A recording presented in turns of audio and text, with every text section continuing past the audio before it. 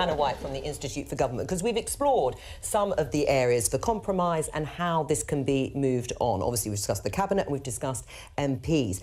What could Parliament do with MPs in terms of wrestling control of the agenda, Hannah? Well, there are these ideas in play, and Nick Bowles is one of the people who's been talking about this. He's a Conservative MP. Conservative MP, and he has said that essentially he wants to put in place his own backstop. He wants a backstop which says there's legislation which compels the government not to go for no deal but to extend Article 50. So the idea is that when the government brings forward its next motion, which the government said today is going to be debated by MPs on the 29th, Tuesday the 29th, that he and others will seek to put down amendments which give control of the parliamentary agenda to backbenchers for long enough for them to table and pass legislation which stops the government using the threat of no deal as a sort of bargaining chip. Well, and it has some support, if we believe the Daily Telegraph. Front page here says Philip Hammond tells business chiefs MPs will stop no-deal Brexit, and they record the contents of a telephone call with business leaders. So it feels like it has some high-level support. Well, the original idea was that the plan would go much further, and the liaison committee, a committee of senior MPs, would come up with an actual proposal for Parliament to vote on.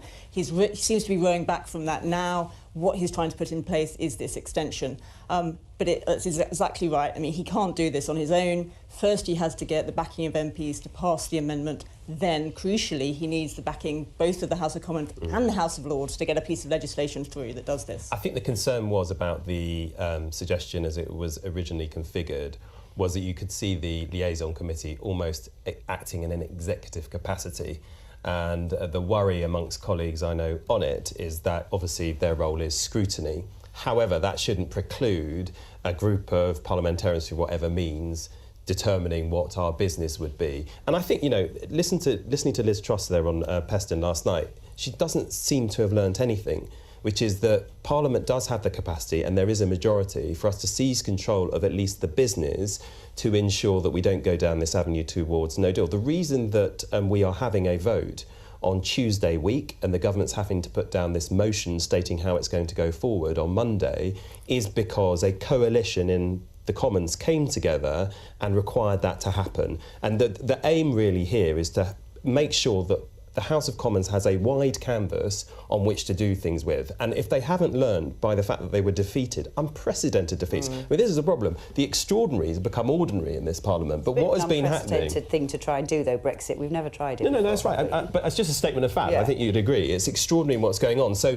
until people, frankly, like Liz Truss and the Prime Minister get their heads around the fact that we are in an extraordinary situation and Parliament's not just going to roll over and act like a rubber stamp on what the executive wants to do, they're going to keep hitting a brick wall, frankly. So you obviously support this. Yeah, I mean, so long as Nick is clear about his intentions. Like, I clearly don't like Brexit, and I wouldn't want it to happen. He wants it to happen in a different form. And so long as we're clear about that, I'm fine, and I'm happy to work with him and others, and I think others who share my view in the House of Commons are prepared to do that, in order to ensure that the legislature gets to determine how we take this forward, which is perhaps the most democratic way, you know, other than using the government. And do you back this too, Gillian?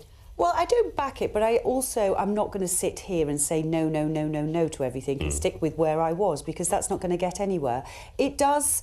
So what it does, I mean, Nick voted for the Prime Minister's deal, and he's now looking to, this would extend some time, give us more time, which you know, would have its implications. But I still think the most important thing is actually not time, but compromise, because we actually still need to find a deal. If during that time we still haven't got a way to compromise and find a deal that can get through the House of Parliament, then, you know, we haven't got anything even to offer. Although, Gillian, I think the time is an issue. Possibly, but... Look, even if you say... compromise is a bigger issue. Even if you government, you get your deal through, we've got 36 sitting days at the moment. We've got over 800 pieces of secondary legislation. We've still got 3 bills, the trade, agriculture, fisheries bill. Yeah, but look, even if you and I were sitting over there overnight, every single day, we're not going to get it all through. So I think definitely we're going to need an extension to the Article 50 process. There's absolutely no doubt about that. I don't. I haven't seen that isn't possible to get through, but I'm willing to you know, if it's practical just to pass legislation, well, and there's a clear time, then fine. If that is the truth, but I haven't looked at that actually, to be fair. Hannah. I think it's interesting. I mean, you're saying that the liaison committee plan clearly looks as though it's not going to fly because this would It be helps like if you talk to the chair before you float. Well, it does which, indeed, Nick didn't and it's do. certainly not in their remit at the moment. But it is not actually historically unprecedented for the House to ask a committee to go away and develop legislation for the House to then consider. So actually, what this was as a plan was an attempt to find a different group of people within Parliament who had some legitimacy. I mean, not all the chairs are elected, but most of them are. To say, well, perhaps this group of people could come up with an option for the whole of the House to vote on. Will it work? Well, I think people are talking about Parliament seizing control. This is the way that Parliament could seize control, and I think the onus is on parliamentarians probably to do that if they're going to talk that game. I think the problem with a referendum is that you are effectively saying Parliament can't do this, and the Bowles plan does at least give MPs a way of resolving this issue. And I think if they don't, this will be more damaging for Parliament than the expenses scandal was. Do you think that extending Article 50 is now inevitable, Lucy, and should actually happen to allow Parliament, it is a representative democracy, to actually take control? Absolutely not. I think extending Article 50 is an incredibly dangerous and slippery slope. We set a line and we all agreed that we would, make Article 50 resolute, and to move that line would say to the EU that we no longer have the power within our own parliament to draw those lines and stick to them. It shows a weakness which we can't afford to allow. I think we may have shown a weakness in terms of Parliament passing something through. I think that could be the fact that you need to... That's long hard, yeah. Also, I want to ask, where are the Brexiteer voices in this? We're talking about Nick Bowles' clique, where are the Brexiteers? Well, I think Bernard Jenkins is, if you were to use a liaison committee, I think you would have to make sure it was representative. Bill Cash is on it. One at a time. Where are the Brexiteers in this? Bill Cash and Bernard Jenkins, to name a few. Involved. Right, so you're not happy with the... No, I'm not happy. I think we should be having a lot more... We won the vote, obviously. Right, so why do we not have more of a say as Brexiteers? Why do we not have more of our MPs in these little cliques that go around in the shadows in Westminster? Well, your Brexiteer MPs are organising. They failed to ask the Prime Minister and gave her a year's grace.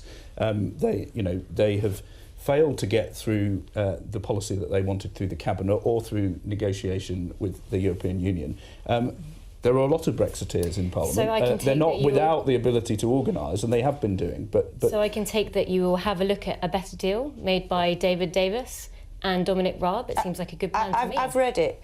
And what do you think? It doesn't actually answer a lot of questions, particularly around the border, particularly around frictionless trade. And I'm actually going to meet with some of their border experts, and they can maybe answer some of my questions. People are not listening. We're trying very hard to get a view. That's what it seems on the grassroots. Well, if you've basically got your position, which is everything that you've always said is all valid because you won, then absolutely not. That attitude is not going to get us anywhere in the country, in Parliament, and actually in our future relationship with the European Union. That's absolutely not. I would love to see some compromise, but to have compromise, you have to have equal voices at the table. So, I thought you just said that they should get a greater voice because it was kind of they won and they get 100%. You just said that. Well, I think we should have more voices. All right. Well, on more voices, we're going to add an extra voice soon. But Hannah, just before I let you go, people will be asking if MPs do take the agenda and a bill is presented and they present an alternative plan that they want the executive to take on the government. Who goes to negotiate with Brussels on that? Would it be MPs? Would it still be the executive? Well, I think that is actually no longer the plan. The plan is just for this bill to extend the time frame. So it's just about putting into law the fact that the government has to ask the EU. The EU doesn't have to say yes for an Article 50 extension. Otherwise, these motions, the amendments to motions, all these things are not actually legally binding on the government, and the government could ignore them. Hannah, thank you very much.